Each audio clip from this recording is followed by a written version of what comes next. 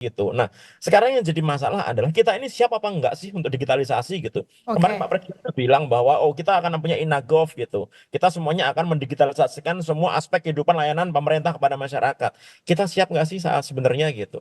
Kalau kita belum ngomongin masalah keamanan yang benar gitu, hati-hati. Ini bukannya membantu masyarakat tapi bisa menyengsarakan masyarakat. Hmm. Buktinya kemarin ketika PDN down gitu, banyak masyarakat yang terganggu aktivitasnya. Kita mau ke imigrasi gitu sampai antri 5 jam lebih gitu ini kan mengganggu masyarakat orang ketika mau daftar sertifikat halal nggak bisa karena nggak bisa diakses gitu dan kemarin BKN bilang bahwa tidak mengganggu aktivitas layanannya gitu Betul. ini baru saya cek satu data ASN .bkn.go.id masih down gitu nggak bisa diakses gitu. Hmm.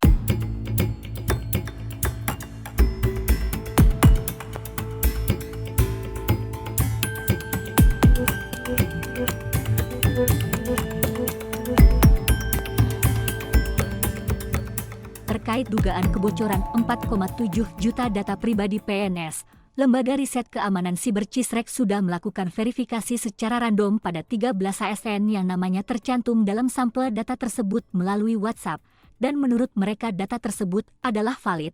Meskipun ada yang menginformasikan tentang adanya kesalahan penulisan digit terakhir pada file KNIP ini. Belum ada konfirmasi secara resmi baik dari pihak BKN maupun pihak terkait seperti BSSN dan Kominfo terkait dugaan kebocoran data ini.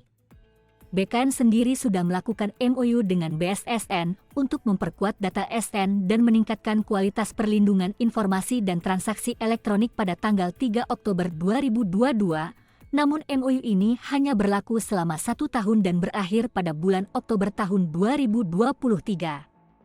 Belum diketahui apakah BKN memperpanjang MOU dengan BSSN tersebut atau tidak.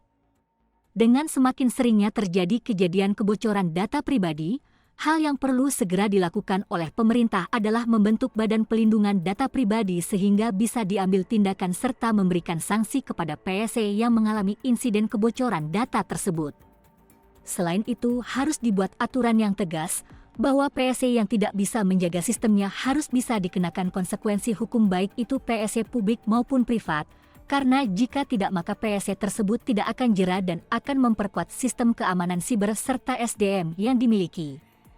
Sudah saatnya semua kementerian, lembaga pemerintah baik itu pemerintah pusat maupun pemerintah daerah untuk diwajibkan melakukan asesmen kepada sistem IT yang dimilikinya secara menyeluruh sehingga bisa melihat keamanan sistemnya sendiri seperti hacker melihat sistem tersebut dari luar sana. Sehingga bisa segera mengetahui celah keamanan YG mungkin ada di sistemnya dan segera menutup celah keamanan tersebut sebelum dimanfaatkan oleh peretas sebagai pintu masuk ke dalam sistem. Asesmen ini tidak hanya dilakukan satu kali saja namun harus dilakukan secara rutin mengingat keamanan sistem informasi bukanlah sebuah hasil akhir namun merupakan sebuah proses. Sehingga apa yang kita yakini aman pada saat ini belum tentu masih akan tetap aman pada keesokan harinya.